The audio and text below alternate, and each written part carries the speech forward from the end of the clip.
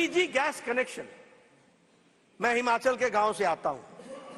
मुझे मालूम नहीं कि आप लोगों ने गांव को कितना देखा होगा, लेकिन हमारे यहां गांव में बहनें सुबह 4 बजे उठती थी, जंगलों में जाती थी, पेड़ों पर चढ़ती थी, लकड़ी काटती थी, लकड़ी का बोझा लेकर के आती थी, सवेरे उस लकड़ी को जलाती थी। और कच्ची लकड़ी को जलाना कितना कठिन काम है और कितना धुआं निकलता है उसमें से, उसका अंदाजा लेना चाहिए। आंखों से पानी आ जाता था, फेफड़े खराब हो जाते थे। इस तरीके का जीवन जीती थी हमारी बहनें।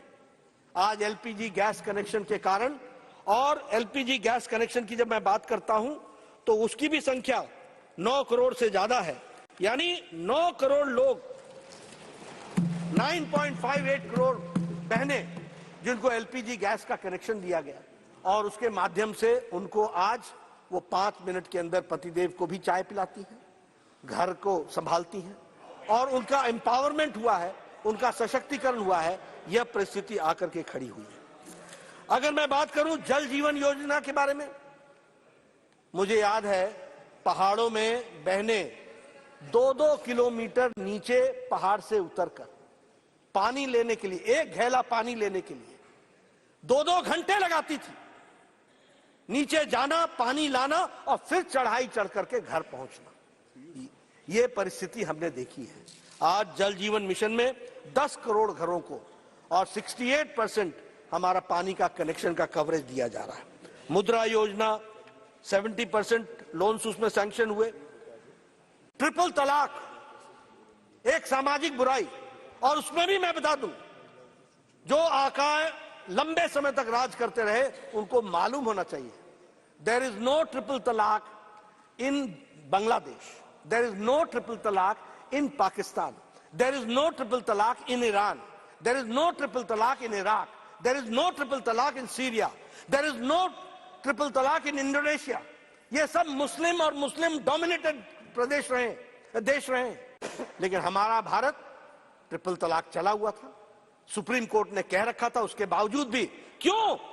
क्योंकि हम माइनॉरिटी की पॉलिटिक्स करते थे, अपीजमेंट की पॉलिटिक्स करते थे, ये वोट बैंक की पॉलिटिक्स करते थे। ये प्रधानमंत्री मोदी जी की इच्छा शक्ति थी। आज ट्रिपल तलाक खत्म हो गया और मुस्लिम महिलाओं को इज्जत से जीने का अगर अधिकार दिया तो प्रधानमंत्री मोदी जी ने।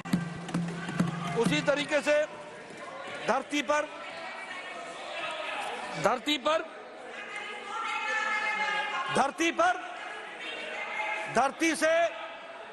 से चंद्रयान को साउथ पोल पर लैंड करने वाले स्थान को भी प्रधानमंत्री मोदी जी ने शिव शक्ति के नाम से पहचाना।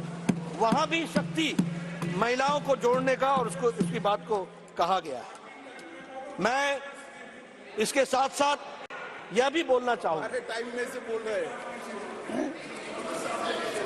मैं यहां यह भी बोलना चाहूंगा कि ये सारी महिला सशक्तिकरण के कार्यक्रमों के माध्यम से देश को आगे बढ़ाने का काम किया है, और इसी में आज एक नई कड़ी जुड़ रही है, और वो है महिला शक्ति वंदन का विधेयक को पास करना। मैं सभी से तो अपील करूंगा ही, लेकिन इसके पहले कुछ और विषय भी मैं आपके सामने रखना चाहूंगा। एक चर्चा आज सुबह से मैं देख रहा हूं कि चर्चा चल रही है कि ओबीसी का ध्यान नहीं रखा गया, ओबीसी की चिंता नहीं की गई, ओबीसी के बारे में कुछ सोचा नहीं गया। ठीक है, राजनीति में इस तरीके के वक्तव्य चलते हैं, और वक्तव्य चलते यहां तक पहुंच गया कि 70 सेक्रेटरी में 3 ही शायद ओबीसी है। अब मैं इसमें सिर्फ ज्ञानवर्धन करना चाहूंगा, मैं ज्ञानवर्धन करना चाहूंगा कि कालेलकर की रिपोर्ट नेहरू जी के टाइम की कहां पड़ी हुई थी? मंडल कमीशन इंदिरा गांधी जी के टाइम पर, राजीव गांधी जी के टाइम पर कहां पड़ा हुआ था? क्या हुआ उसका? क्या कर पाए उसको? 1992 में सुप्रीम कोर्ट ने कहा कि आप सर्विसेज में ओबीसी को रिजर्वेशन दीजिए, और 1995-96 में एससी, एसटी और ओबीसी कैटेगरी सर्विसेज में जुड़ी, और ऑल इंडिया सर्विसेज में जुड़ी। अब आप बताइए कि आज सेक्रेटरी के एम्पैनलमेंट का जो कट ऑफ ईयर है वो है 1992।